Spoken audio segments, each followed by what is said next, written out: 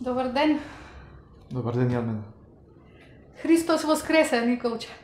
Навистина воскресна. Интересно е што една пријателка од Шведска што ни беше нагости тука пред многу години, кога ја запраша што би земала од Македонија, што нешто многу и се допаѓа, кажа најмногу ми се допаѓа поздравот што луѓето го имаат за време на Великден. Еден те поздравува со изјавата Христос воскресе и другиот од поздравува навистина воскресе. И навистина е така, но за жал во Македонија постои една изјава, односно поговорка, секој ден не е Великден.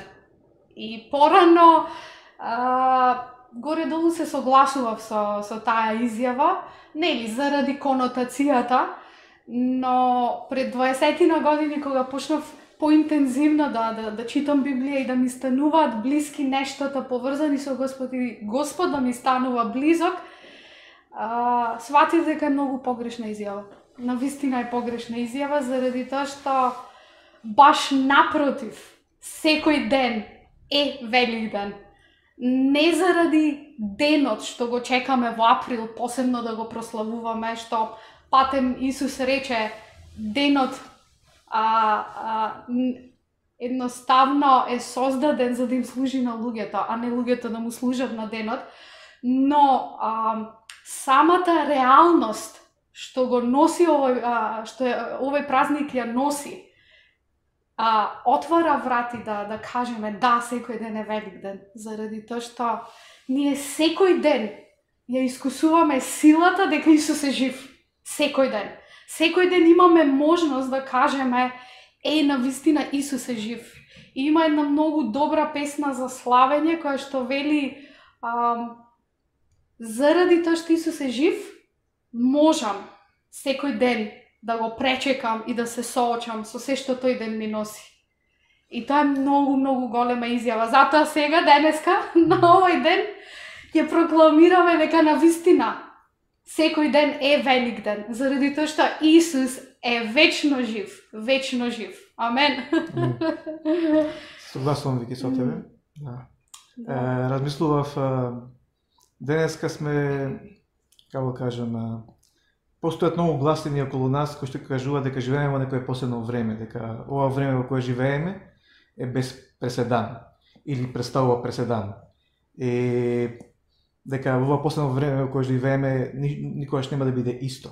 Посебно во западните земји се многу загрижени, кажуваат дека никогаш не доживееле вакво нешто, да не можат заедно се собираат, да не можат да гледаат спортови, фудбали, тениси, да не можат да имаат слобода што секогаш имале. И навистина вакво нешто на запад не се случило уште од Втората светска војна. Ние сме доживеале кризни времиња и можеби знаеме подобро се справувам со тие работи. Меѓутоа, иако некои мислат дека ова време е многу важно, преседан, сепак постои еден настан кој што е многу поважен, сепак постои еден настан кој што е сепак најважен за секоја душа кој што живеела, кој што живее и ќе живее. Најважниот настан се случи во минатото, се случи пред 2000 години. Амен, така е. И тоа беше времето кога Бог интервенираше. Сега живееме во време каде што можеби ова ситуација наметната. Јас верувам дека не е интервенција од Господ. Ова е нешто замислено од мудреците на овој свет. И можеби преку паника и преку страф уште повеќе добива поголеми димензии. Меѓутоа пред 2000 години се случи нешто иницирано директно од татковското Божјо срце. И Исус, Божјиот син, доброволно реши да дојде на овој свет и потоа дојде Светиот Дух да живее во овој свет. Значи, најважниот настан е, најголемиот ден е Великден, Великиот ден. Значи, тоа што се случи. Исус дојде, живееше човечки живот за нас, не направи ниту еден грев, им служеше на луѓето, но што е најважно, умре за нашите гревови, беше погребан, воскресна и потоа се воздигна на небото и го испрати Светиот Дух да живее меѓу нас. И сега ние водени од Светиот Дух го навестуваме Божјото царство и очекуваме тоа да се манифестира се повеќе и повеќе. Амин. Амен, да. Баш како што кажа, дека сега заради Светиот Дух очекуваме да се манифестира тоа царство. И неверојатно е што направи, што донесе воскресението на Христос. Неверојатна сила која што не може да се измери со ништо на овој свет, заради тоа што силата на Христовото воскресение ти дава надеж. Надеж која што не е како во светот. Ти дава надеж, не само најверојатно ќе помине. Не, него ти дава жива надеж која што носи живот. И она што ми е мене фасцинантно е како е Исус опишан додека беше на земјата како човек. И ќе прочитаме, баш би сакала овој стих да го прочитаме, а тоа е од Дела апостолски, 10 глава, од 36 стих па надолу. Неверојатно е. Слушнете како е Исус опишан додека беше на земјава. Фасцинантно. И вели, читам од 36 стих, вие го знаете словото што им го испрати Господ на синовите, навестувајќи го евангелието на мирот. Добрата вест на мирот. Преку Исус Христос, тој е Господ на сите. Самите знаете што се случи по сета Јудеја, почнувајќи од Галилеја по крштувањето што го навестуваше Јован. И са вели, го знаете Исус од Назарет, како Бог го помаза со Светиот Дух и со сила, кој проживеа правејќи добрини, исцелувајќи ги сите кои ѓаволот ги измачуваше, зашто Бог беше со него. А ние сме сведоци за се што направи во земјата на евреите и во Ерусалим. Го убија, обесувајќи го на дрво, но него Бог го воскресна на третиот ден и му даде да се појави, но не на сите луѓе, туку на однапред од Бог избраните сведоци, нам, кои што јадевме и пиевме со него откако воскресна од мртвите. Тој ни заповеда да му навестиме на народот и смело да сведочиме дека тој е од Бог определениот судија на живите и на мртвите. Сите пророци сведочат за Исус дека секој кој што верува во Исус добива проштевање на гревовите преку неговото име. Амин. Неверојатно. Оно што ми запна за очи е како Исус опишан додека беше на земјата. Додека беше на земјата правеше добрини за луѓето. Исцелувајќи ги сите, ослободувајќи ги сите. Вау! Сега, ако Исус не воскреснеше, ова ќе ни беше само една многу добра сторија што се случила во минатото и немаше ние да имаме сила, немаше ние да сме охрабрени дека ова може и денес да ни се случува нам, да ја искусуваме Божјата добрина. И на третиот ден кога воскресна и кога жените отидаа нели кај гробот на Исус според еврејските обичаи да го помазаат неговото мртво тело, плочата тргната, гробот празен и двајца ангели им велат на жените: зошто го барате живиот помеѓу мртвите? Вау, неверојатно. Каква утеха, какво охрабрување е самиот чин на Исусовото воскресение. Каков беше Исус пред да умре и да воскресне? Пон со сила, пон со благодат, пон со љубов. Нели? Пон со се. Дури толку носеше прекрасно присуство, што, внимавајте, кога го мачеа, кога го тепа, кога го камшикува и кога му ја корнеа брадата и му ставија трнова круна на главата. Многу интересен факт е регистриран во Библија што истите тие што му се подсмеваа на Исус, фрла ждрепка кој ќе ја земе неговата наметка. И си размислувам и си велам зошто ја би сакала да имам нешто, некаква облека од некого што му се подсмевам. И интересен е фактот, еве го Исус измачуван, измалтретиран и сега фрлаш дрепка за неговата наметка. Зошто сакале да имаат нешто што му припага на Исус? Она што мене ме восхитува е дека Исус, заради тоа што носел такво прекрасно присуство на Божјата љубов за луѓето, што не можело тоа да замине незабележано од другите и сакале да го имаат тоа, па да, ајде да фрламе ждрепка, заради тоа што присуството на Исус е неверојатно, полно со љубов за луѓето и без оглед колку и да биле злобни во тој момент, осетиле дека Исус носи присуство на ненадминлива, безусловна Божја љубов за луѓето. Ме воодушеви каков е Исус, онака, вау. Кој не би сакал да има ваква личност во својот живот? Кој не би сакал да е близок со ваквиот Исус? И ова беше Исус пред да умре и пред да воскресне. Неверојатно, вау. И да, беше чудотворец, правеше чуда, исцелуваше, нахрануваше и лјадници. На 2 наврати е запишано во Библија дека нахранил 5000 луѓе со 2 лепчиња и 5 риби. И нормално е, да, луѓето да го следат, па да, тој е тој што ни снабдува. Но имаше луѓе кои што го следеа заради тоа што видоа дека има посебно присуство.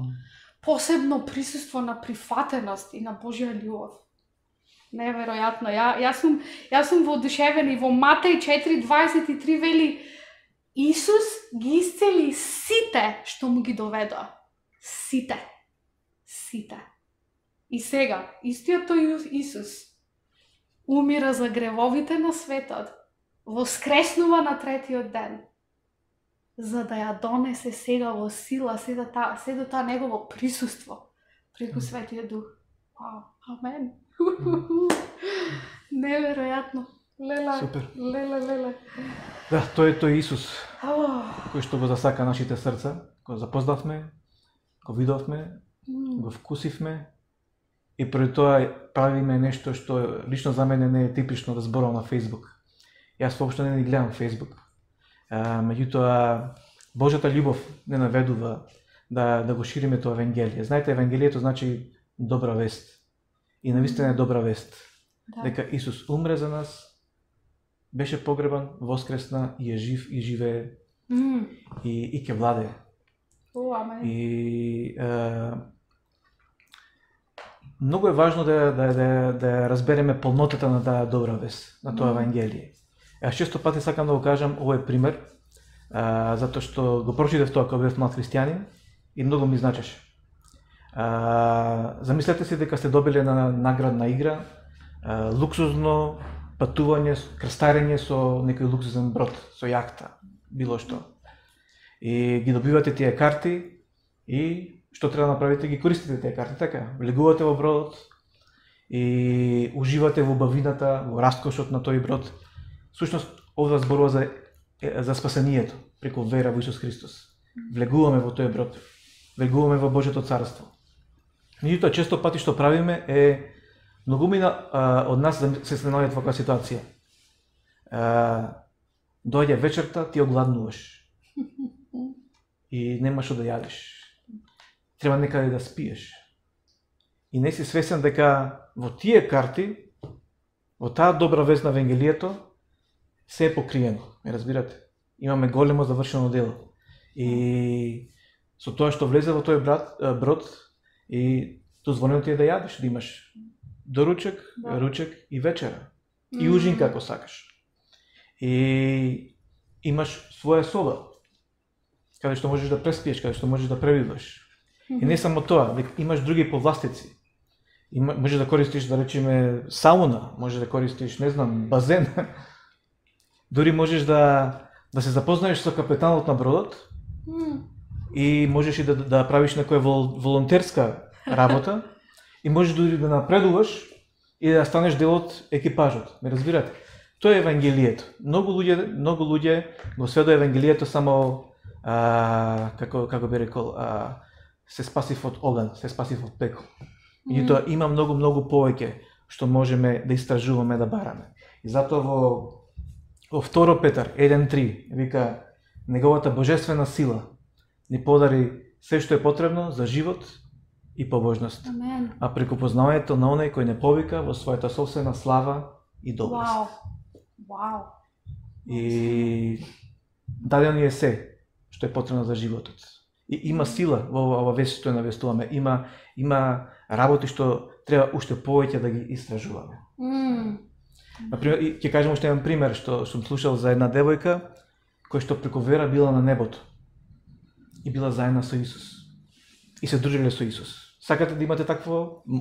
Јас сакам да имам такво искуство. Можно е. Павле го имал. Многумина биле на небото, искусиле третото небо. И јас сакам да го имам тоа. И какво било нејзиното искуство со Исус? Исус и рекол, ајде да се молиме. И таа цела радосна и почнува да се моли. Ја се моли како вообичаено што се моли. Кој ти каже некој реченица, некој барање, Исус, знаете што ја говорил? It is done. Свршено е. Се моли нешто друго. Завршено е, го направи тоа. Се молеше нешто трето. И така има многу работи кои што се како кажам, завршени, направени. Само треба да влеземе во нив. Само треба да ги активираме за нашите животи. Амен. Амен. Многу ми се допадна таа изјава, баш сега што ја спомна. It is done. Завршена е. И интересно е што кога Исус на крстот го кажа тоа, завршено е, се е завршено. И тогаш нели го испушти својот последен здив и тогаш во суштина умре. И луѓето што ги напишале Евангелијата се потрудиле да го регистрираат тој момент дека откако Исус, само што Исус ја изговори реченицата завршена е. Завесата во храмот што ги одвојуваше луѓето од светото место, од горе до долу беше расцепена. Имајте на ум дека тоа била завеса која што била околу 20 сантиметри дебела, значи платно дебело. И се случил земјотрес. И има еден многу интересен регистриран податок, вели, се отворија гробовите на многу починати и влегоа во Ерусалим да им зборуваат на луѓето. Исус уште не воскресна, само што кажа Исус, завршено е. И се случи тој момент.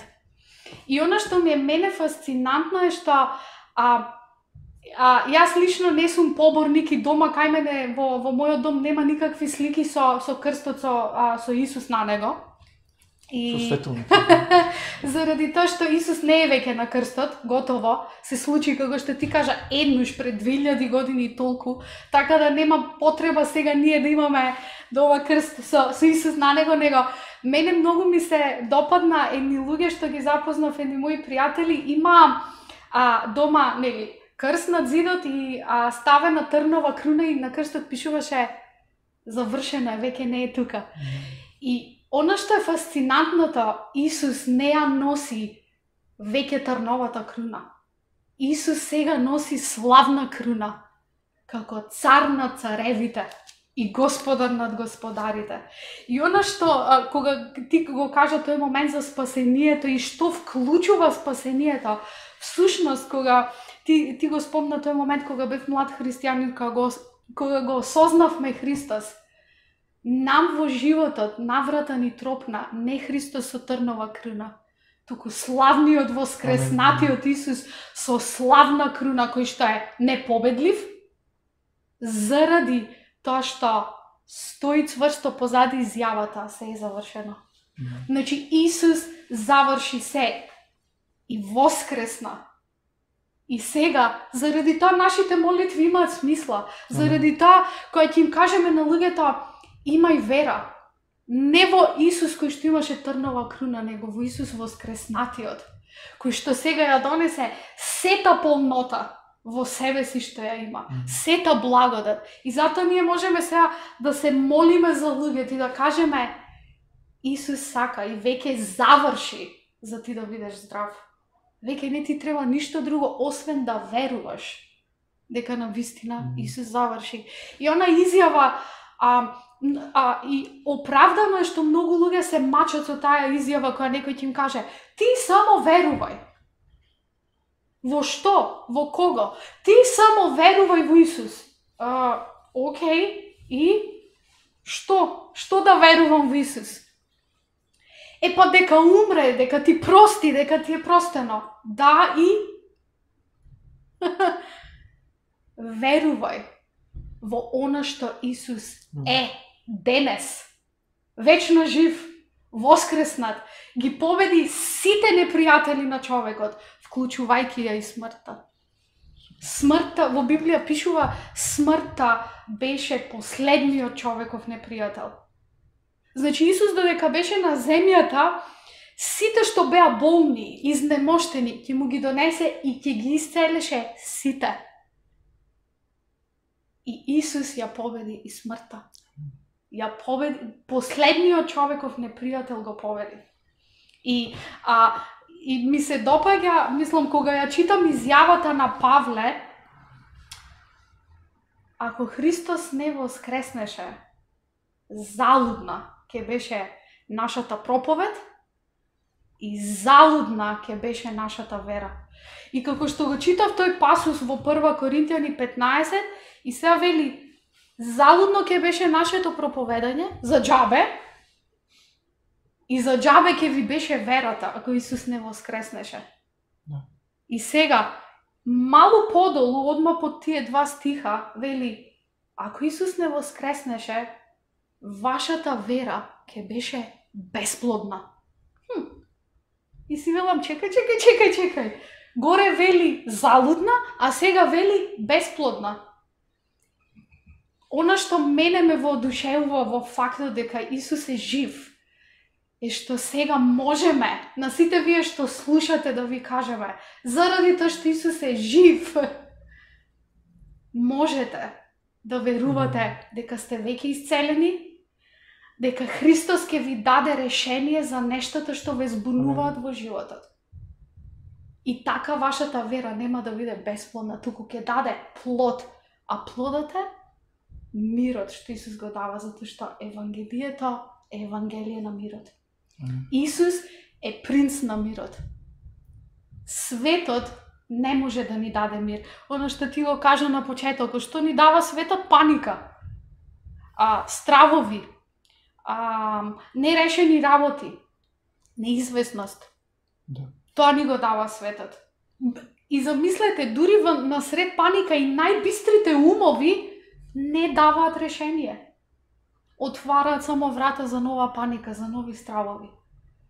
А Исус, бидејќи воскресна, сега ти го дава својот мир, кој што е непомислив, не може да се размиша и најдоброто, никој не може да ти го одземе тој мир што Исус ти го дава. Амен. Фала ти, Исусе. Ти спомна, поради тоа што Бог го направи, сега можеме ние да се молиме слободно за луѓето. И не само да се молиме за луѓето, туку, знаете, имаме служба и да ги молиме луѓето. Знаете, која нашата служба да ги молиме да се измират со Бог. Во 2 Коринтијани 5 глава, од 17 до 21 стих, вика прилика вака. И така, ако некој е во Христос, тој е ново создание. Старото помина, се стана ново. А ова е се од Бог. И вика, зашто тој не измири себе си преку Христа и не го повери и не ја повери службата на измирување. И така сега ние имаме служба да го навестуваме тоа слово на помирување. Бидејќи, вика понатаму во стихот, дека Бог го измири светот преку Христа со себе си, не сметајќи им ги повеќе нивните престапи, нивните гревови. И потоа нас ни даде таа служба да ги молиме луѓето. Измерете се со Бог. Бидејќи Исус, кој не знаеше за грев, стана грев по нашите гревови. За да ние, преку неговото воскресение, станеме Божја праведност. Тоа е силата на тоа воскресение, дека што се случи во тој момент? Во тој момент сите гревови направени, правени што ќе се прават, беа положени врз Исус. Тој стана грев, за да ние станеме Божја праведност. Така ова Евангелие што го носим е добра вест оваа служба е служба на измирување. Ќе му дадам чест на моето братче Коки. Да. Тој беше млад христијанин.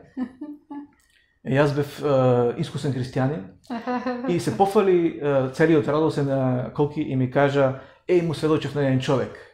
Аха, ај, кажи ми, што му кажа? За да испитам дали правилно го навестува Евангелието.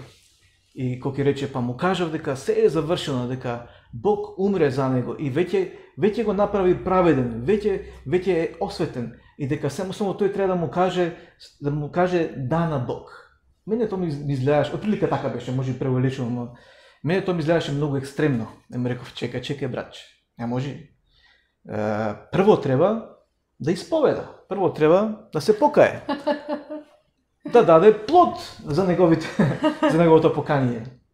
Потоа треба да го приме Исус во своето срце. Подори тогаш може да кажеме дека му било простено, дека му било..." Меѓутоа, што вика овој стих?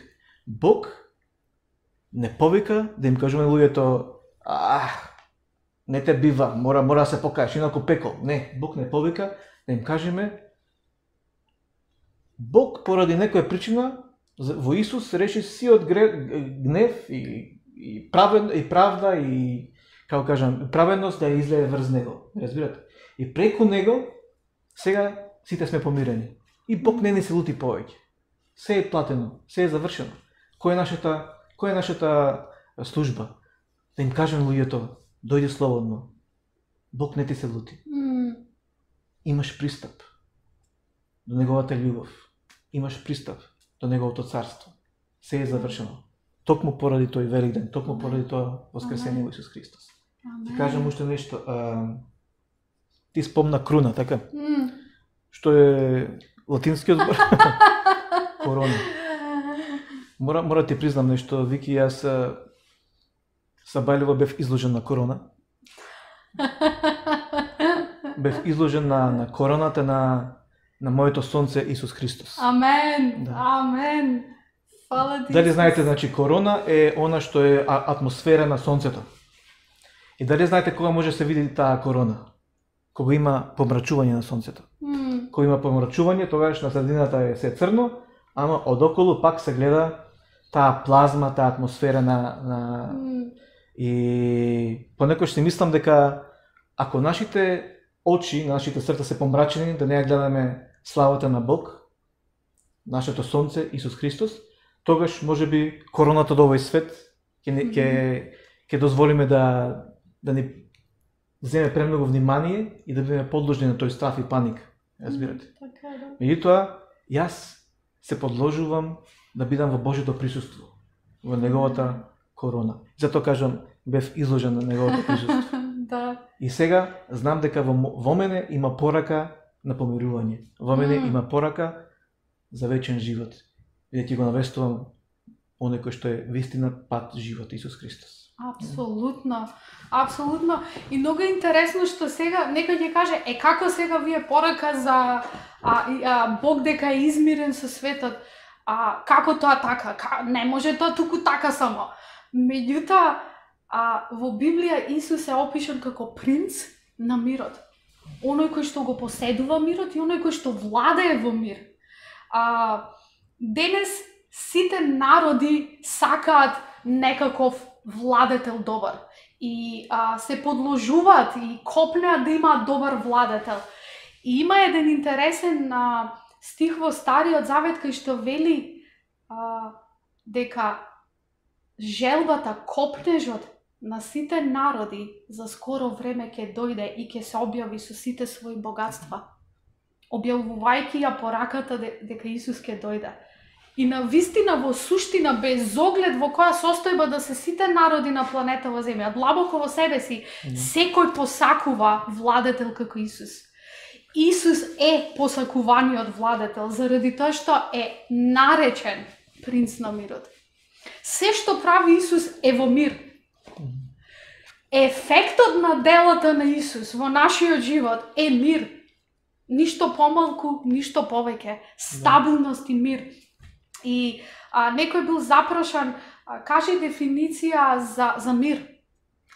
И сите испитаници кажале, отсуство на војна, отсуство на звуци, отсуство на страв, отсуство на проблеми.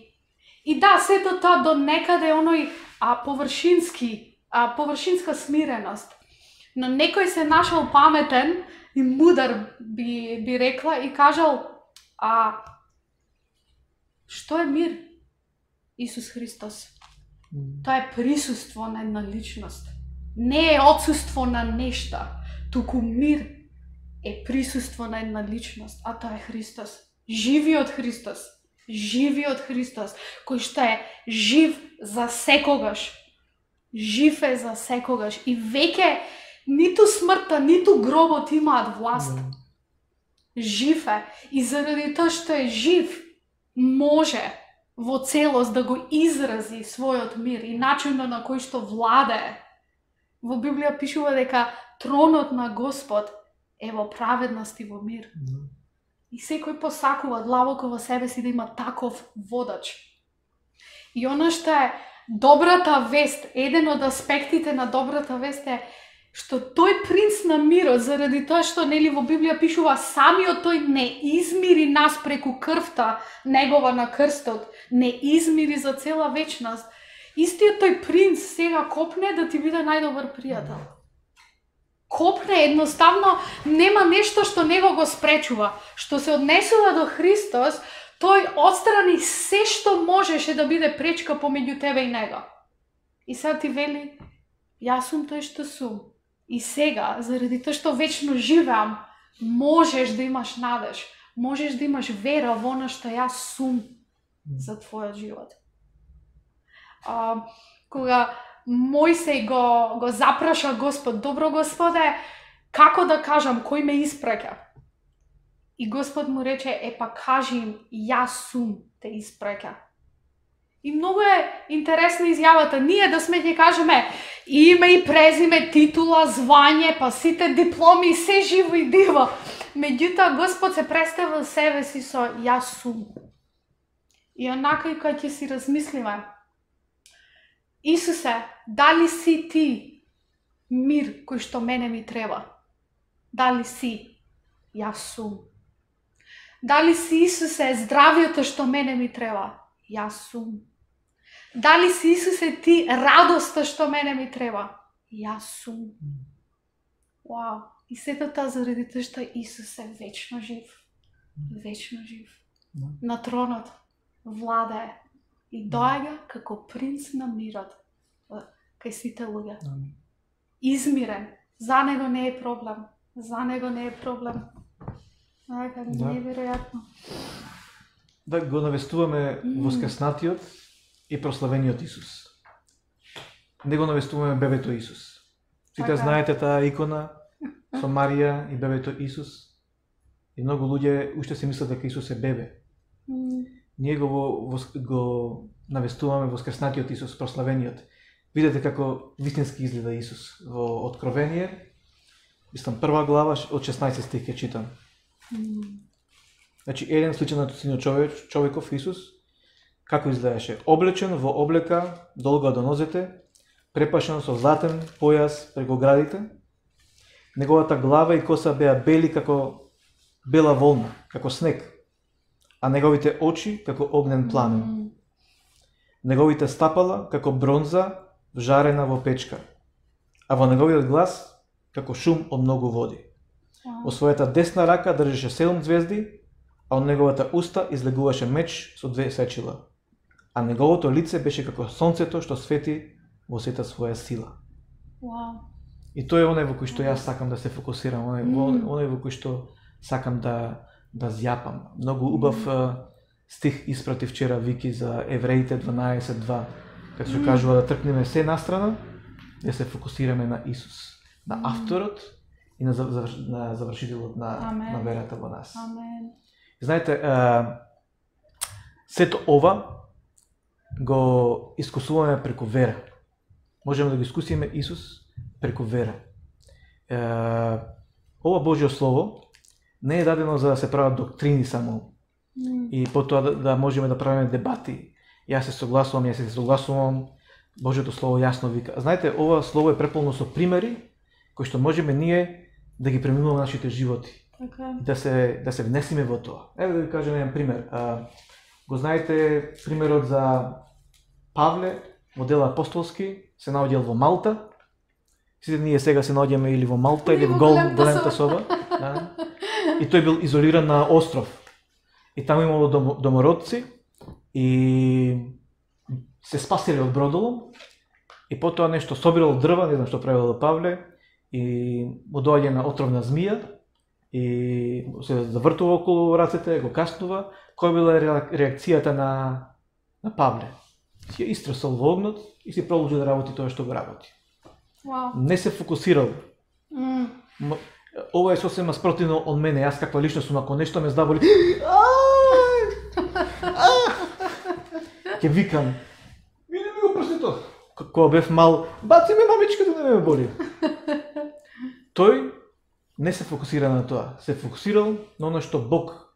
Знаете, верувам дека во тој момент се рекол, добра прилика сегова, за да евангелизирам, за да им покажам за Исус. Домородците чека да се покажат симптоми од тоа што се случи, чека да се надуе, чека развој на болеста, чека кулминација, нагла смрт, ништо не дочека. И потоа сватија дека се работи за човек кој што е посебен. Зошто? Затоа што тој се фокусираше на Исус. Затоа што знаеше, од примерот што ако се сеќаваме, Мојсей ја воздигна змијата на пустината, кога сиот народ израелски кој што побегна од Египет, и мислам дека имаше змии кои што ги касаа така. Многу късно на змии. Да. И што му кажа Бог на Мојсей? Ќе издигнеш змија и секој кој што ќе гледа на таа змија, да биде исцелен. И така, кога сме болни, што правиме? Го гледаме Исус, меѓутоа Исус кој што ги зеде нашите болести. Амен.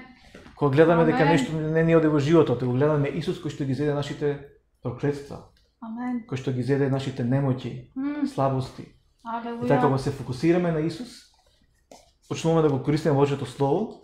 И на пример еден друг стих кој што ја го користам во Матеј 16, 17, 18 вика: а оние кои што веруваат, овие знаци ќе ги следат. Да. Ќе изгонуваат зли сили, зли демони, ќе зборуваат на јазици, ќе фаќаат змии, ако испијат нешто смртоносно, ништо нема да им биде. Амен. Така, ќе полагаат. И овој стих зошто бил даден? Значи, овој пример со Павле не бил даден за да ние направиме сега икони на Павле, да го наречеме Свети Павле и да му се молиме нему. Тодоше јас сум роден на Павловден и порано викав дека сум Павлов, после викав дека сум Христов. Да. Значи, не било дадено за да се прослави Павле и за да му се молиме нему. Туку ние да ангажираме нашите живот, ако се наоѓаме во таква ситуација, да речеме во ред со вера се вклучувам во оваа работа. И оно што го правеше Павле, и јас може да го правам. Ако овие знаци ги следат луѓето кои што веруваат, и јас ќе го следам тоа. И така со вера, јас ако испијам и ако бидам во допир со нешто отровно, смртоносно, ништо нема да ми биде. Амен. Дали знаете кој е латинското значење на зборот вирус? Отровно нешто. И така, ако нешто дојде отровно, мене ништо не биде. Амен. Така да ајде да ја активираме оваа вера, фокусирајќи се во Исус. Да. Не на она што непријателот го прави. Знаете, секогаш ќе си има некои планови. Секој се мудреците, краљевите од овој свет, принцовите, принцезите, ќе смислуваат некои ујдурми. Библијата кажува ќе има тајни беззаконија. А знаете која е реакцијата на Бог? И на Божиот син ги гледа небото и им се подсмева. Така ја знам дека сепак се е во контрола. Разбирате? Господ се држи под контрола. Кога се фокусираме на него, кога му веруваме, работите ќе имаат свој тек и се ќе добија значење. И така јас би рекол и во овој ситуација во која се наоѓаме, да го искористиме ова. Јас верувам дека овој временски период за нас е нешто каде што можеби, како кажеме, сееме за да жнееме. Амен. Можеме да дојдеме до уште поголема интимност со Бог. уште повеќе да го искусиме, уште повеќе да видиме неговата слава, неговата љубов. Затоа што порано времето ни течело во гледање фудбал. Колки гледа италијанска лига, така? Јас гледам англиска. Тениси, не знам што, филмови. И тоа се уште може да направиме. Меѓутоа, ајде да направиме напор. Во Евреите кажува да направиме напор да влеземе во Божиот одмор. Замислете си. Да се направи напор за да влезеш во Божиот одмор. За човечкото суштество понекогаш е тоа најтешка работа. Ама јас морам нешто да направам. Мора да бидам корисен. Не можам така да бидам лежерен во оваа ситуација. Што треба да направам, Господе? Јас би рекол, влези во неговиот одмор, во неговата починка.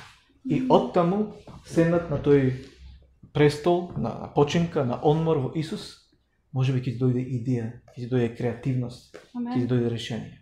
Апсолутно, апсолутно. Прекрасно.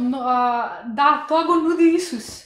Тоа го нуди Исус и вели Исус Христос, верниот сведок, првородениот од мртвите, владетелот на земните цареви. И вели, нему кој не љуби и кој не ослободи од нашите гревови, преку својата крв и не направи царство, свештеници на својот Бог и Татко, нему слава и власт во вечни векови. Замислете, додека Исус беше на земјата, какви луѓе ода позади него го следа? Арогантни, себични, зли. Најразлични видови луѓе. Исто како и денес. Ништо не се сменило под сонцето. Нели? Но токму таквите луѓе добива во себе си еден порив да го следат Исус. Се сеќавате Закеј кој што бил познат по својата корумпираност, сака да го слушне Исус. Заради тоа што Исус го носеше присуството на љубов и на прифатеност, заради тоа што знаеше зошто е дојден, дека за многу скоро ќе отстрани секоја пречка што постои. И луѓето ќе имаат можност директно да се поврзат со Господ и да уживаат во неговиот одмор, а не да се во трепет и страв дека Господ е против нив. И што се случува со Закеј? Најкорумпираниот помеѓу евреите? Исус му вели, ја ќе ти дојдам денес на ручек. И самото присуство на Исус кога отишол кај Закеј на ручек, не му кажал, слушај, ти треба да се покаеш, да си ги вратиш сите работи што си ги украл, сите пари, да им се одолжиш на сите, да надплатиш глоба, за некако нешто, да видиме што можеме да направиме. Не, туку само дојде на ручек и самото присуство на Исус, кое што е отворена врата да знаат луѓето дека се прифатени како што е опишан овде, оној кој не љуби. Закеј бива променет и му вели на Исус, ја се што сум земал нечесно ќе вратам до 5 пати, 5-кратно. И изјавата на Исус, радувајте се, спасението дојде во овој дом. И сега ние во таа служба на измирување, слободно можеме да го кажеме истото и за другите луѓе. Дојдете кај трпезата, кај Тато наш небесен. Не за да бидете престрашени дека сега ќе ве осуди и ќе ве казнува. Туку за да уживате во неговиот одмор. Дека се е завршено. Дојдете кај Господ. Кај вечно живиот кој што ве љуби. Амен. И не е тешко се направи тоа. Ако може да не слушаш за прв пат, лично да не познаваш, не е тешко се направи тоа. Пред да легнеш, кога си сам, повикај кон Господ. Испитај. Знаете, вкусете, вика, дојдете и вкусите дека Господ е добар. И така јас мислам дека ние не треба многу комплицирани избори да им кажеме луѓето каков е Бог, што треба да се направи, да им даваме формули. Да. Ова молитва треба да ја молиш, а ова ќе успее, ова нема да успее. Секој кој што искрено ќе го побара Господ и Бог ќе му се објави. Разбирате. Амен. И ајде да влеземе сите во таа починка, во тој одмор. Мислам дека ова време е многу добро време за да, можеби и, како кажам, му дадеме на Господ сите работи. Знаете, на школа, кога ќе направиме тест нешто, кога ќе направиме некој испит, и после тоа им даваме децата како картончиња за да напишат што научив од ова, што ми беше тешко. Ме разбирате? Кои беа неговите предизвици? Следниот пат што треба да направам? И во животот е добро да се имаме така рефлексија, така се викате. Ги викаме рефлективни карти. И мислам дека е добро време лично за мене и за сите нас да погледнеме малку заедно со Господ наназад. Што се случуваше овој период? Кои работи беа добри за мене? Што научив? Значи, не мора да мислите дека сега Господ става бреме, сега мора да се молите да сите. Да се спасат, да. И тоа е добро. Ако Господ те повика, можеш да одиш, може да се молиш по болници, како кажам, ако имаш храброст, ако имаш повик за тоа и да полагаш раце на болни. Меѓутоа за повеќето од нас, го превршувам бидејќи сме при крај, како совет, ајде да застанеме во Божјото присуство и да едноставно да му предадеме сите наши работи. Господе, докаде сум јас? Што функционира во мојот живот? Каков е мојот однос со тебе? Каков е мојот однос со другите? Ме разбирате, јас многу размислувам за тие работи. И правите нешто, како кажам, креативно. Дали знаете дека едни од најголемите дела познати во овој свет, например Господарот на прстените од Толкин, се направени, ги пишувал за време на војна. Мислам дека Првата светска војна. Во моменти кога си изолиран, во моменти кога немаш толку слобода, Господ ќе го искористи тоа за нешто добро, за негова слава. Така да јас те молам да, ако не си измирен со Бог, измири се со Него. Тој веќе се измири. Ништо не ти држи. Амен. Амен. Затоа што Исус веќе совршено направи откуп за нас. И така да дојде слободно во Господ. Јас верувам дека кога ќе погледнеме наназад во време и ќе сватиме дека ова време беше добро за мене. Сеев нешто и сега жнеам. Научив нешто. Некои работи ми стана појасни, некои работи ми стана се подобро ги гледам. А најважно од се го искористив во време да се зближам со мојот Бог уште повеќе. Да ги запознавам неговите патишта, неговите начини. И сега сум уште повеќе уверен во неговата љубов за мене. Амин. Амен. Амен, да. Добар е Господ и ми се допаѓа изјавата на апостол Павле, кој што вели од многуте работи што ги кажал и неговиот живот е толку живописен заради уникатноста на повикот. 1/3 од Новиот Завет е од Павле. И Павле доаѓа до една точка покрај сите поминати нешта и бури и неволји и се вели, но јас копнеам и сакам да уште повеќе го запознавам Христос и силата на неговото воскресение. Тоа ќе го најдете во Филипјани 3:10 и би завршила баш со тоа, со една молитва и како благослов до сите кои што слушаат и кои што не гледаат. Ние ве благословуваме во името на Исус, вечниот Господ, живиот Господ, вечно живиот Исус. Да го запознавате Него таков каков што е. Полн со благодат и со вистина за вас, во која што нема никаква промена, ниту сенка од промена дека Исус ќе се смени, само заради некое ваше дело. И ве благословуваме да го запознаете таков каков што е, полн со љубов кон вас, и ве благословуваме да навлезете уште подлабоко во она што го носи неговото воскресение. Сила за живот. Сила за живот сега и тука. Не само еден ден кога ќе отидеме на небо. И ја ги благословувам сите браќа и сестри во Македонија, во црквите, со тој благослов. Амен. Да ја запознавате силата на Христовото воскресение, на оној во кого што сте поверувале. Сте поверувале во вечно живиот Исус кој што е славен, и прославен и е над се.